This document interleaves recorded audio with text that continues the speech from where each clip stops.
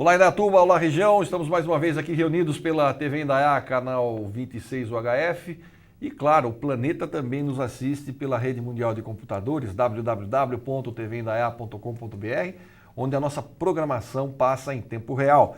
E o programa de hoje, Papo Livre, começa com o Renan Pivetta, ele que é osteopata. Renan, obrigado pela participação no programa. E já vamos começar com aquela famosa pergunta, o que vem a ser a osteopatia? Joia. A osteopatia era uma filosofia de tratamento, no qual ela enxerga o indivíduo como um ser completo. Ela não está dividindo hoje, como acontece na grande maioria das especialidades, ela não divide, não segmenta o corpo para você se tornar especialista em um sistema. Uhum. A gente compreende o corpo como um todo, então ela é uma filosofia por ter princípios próprios aí. Que regem como é que é? Esse Bom, tratamento. vamos lá. A sua formação é fisioterapia, é isso? Isso, eu sou fisioterapeuta. Hoje no Brasil a gente não tem a profissão de osteopata. Na verdade, a gente é fisioterapeuta Como é que você trabalha isso? Como é que a osteopatia ajuda o indivíduo, por exemplo? Onde entra? Porque se eu não estou equivocado, eu salvo o melhor juízo, eu me lembro que quando se falava de osteopatia tinha a ver com o esqueleto, alguma coisa do gênero. É isso ou eu estou enganado? Então, isso daí é uma confusão que tem em relação ao nome osteopatia. Se você pegar do latim, realmente ela vai trazer como assim, ósteo do osso e patia de doença. Seria a doença do osso, né? Uhum. Porém, o criador, ele puxa do significado do grego. Que ósteo, ele faz uma relação com uma estrutura e patia como uma disfunção, seria assim uma alteração da estrutura que altere a saúde. E o que exatamente você trabalha? Por exemplo, o cara chega lá com um problema, como é que você identifica, como é que você trabalha isso? Por exemplo, é só do osso que você atende? A gente tem, um dos princípios filosóficos da osteopatia é a inter-relação entre a estrutura e a função. Então, o que a gente faz? Através das estruturas do corpo, a gente consegue avaliar como estão algumas funções. Por exemplo, Dá um exemplo. Vamos pensar numa disfunção de digestão, por exemplo, o intestino preso. Tá. Por que esse intestino está preso? Eu tenho que pensar nas estruturas que compõem o sistema intestinal. Então, assim, ele tem, além do intestino, ele tem nervos, ele tem artérias, ele tem esses nervos, eles vão sair de algum lugar da coluna.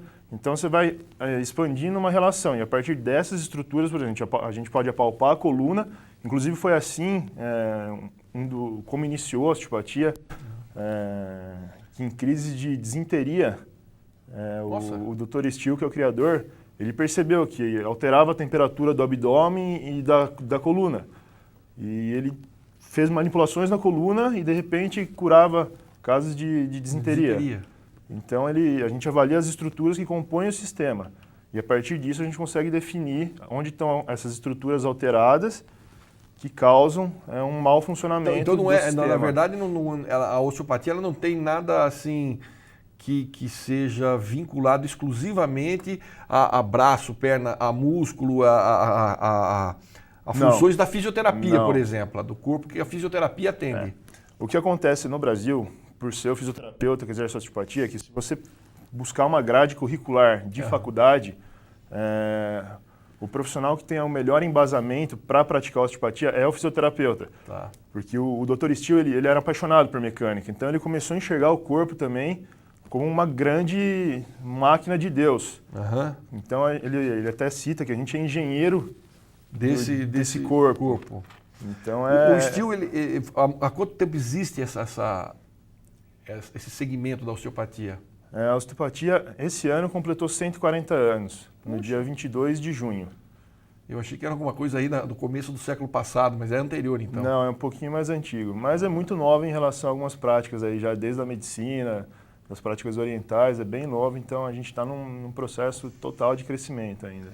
E aí você diz o seguinte, então como é que o sujeito chega lá com algum problema, como é que você trabalha isso? Você, geralmente quem vai no fisioterapeuta, ele vai por quê? Ele vai em função de ter algum problema de luxação, uma recuperação de uma cirurgia no membro e tudo mais. Como é que você chega em outros pontos daí? Como é que é isso?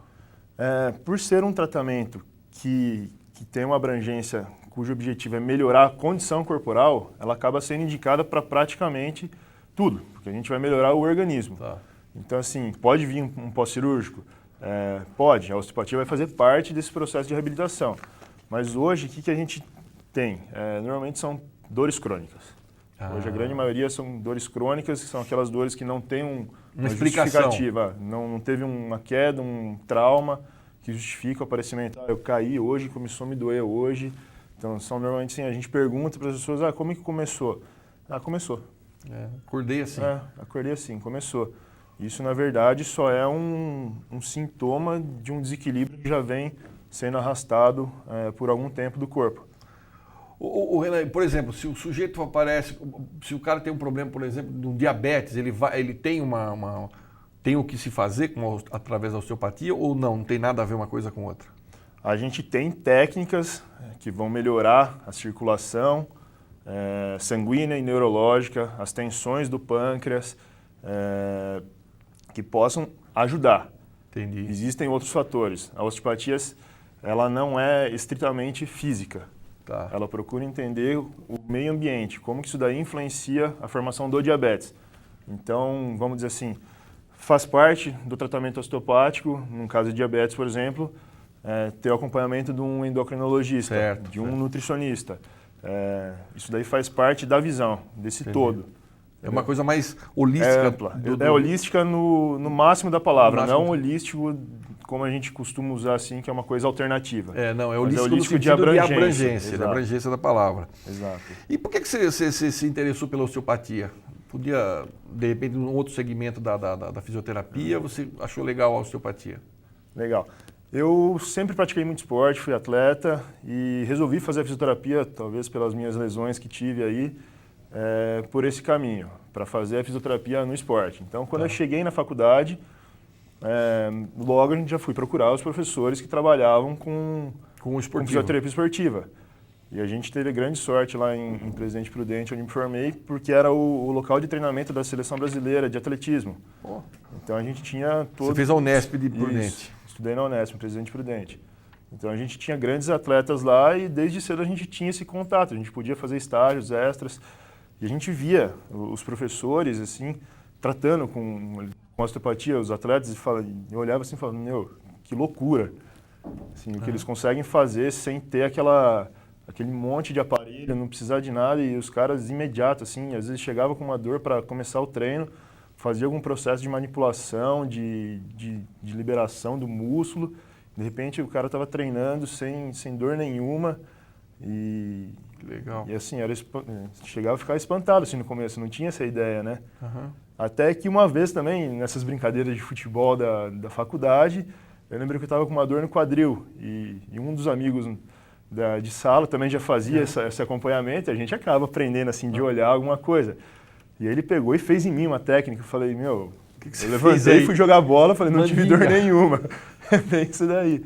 E aí que eu fui falando, não, é isso daqui, é isso daí, não é só essa coisa restrita de ligar um aparelho, de alongar e fazer fortalecimento. O corpo é muito mais do que isso. E desde cedo, desde o meu primeiro ano de faculdade, eu já tenho contato, primeiro, segundo ano, com já tenho contato direto com a osteopatia, então desde lá que a gente pensa assim, inclusive quando a gente entrou para os estágios, a gente aplicava algumas técnicas e via que pacientes que estavam lá há muito tempo assim, começavam a melhorar. Não tinha muita... Como é que você trabalha, por exemplo, hoje nós temos um mundo super corrido, é tudo muito tenso, tudo muito rápido, as pessoas não dão conta do dia e isso com certeza acarreta consequências para o organismo, né? Como é que você avalia isso? A gente pode resumir tudo isso em uma palavra, é incompatibilidade.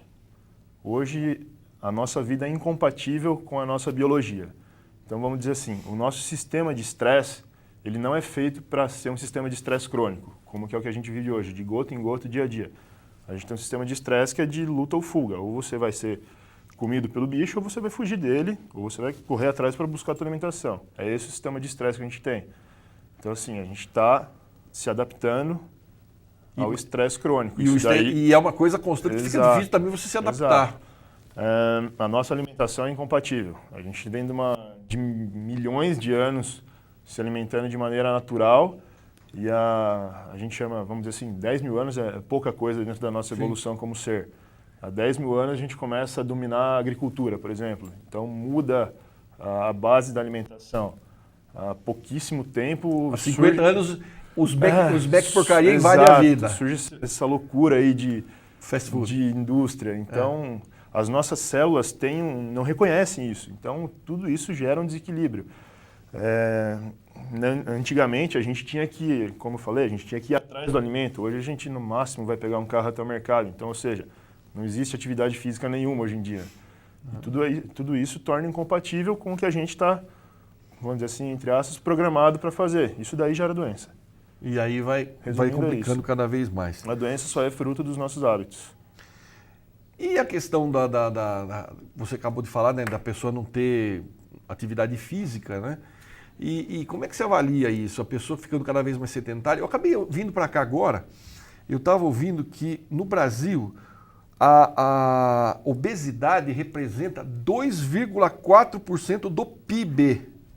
Tem noção? Isso equivale ao que a epidemias como, por exemplo, doenças provocadas pelo fumo e guerra.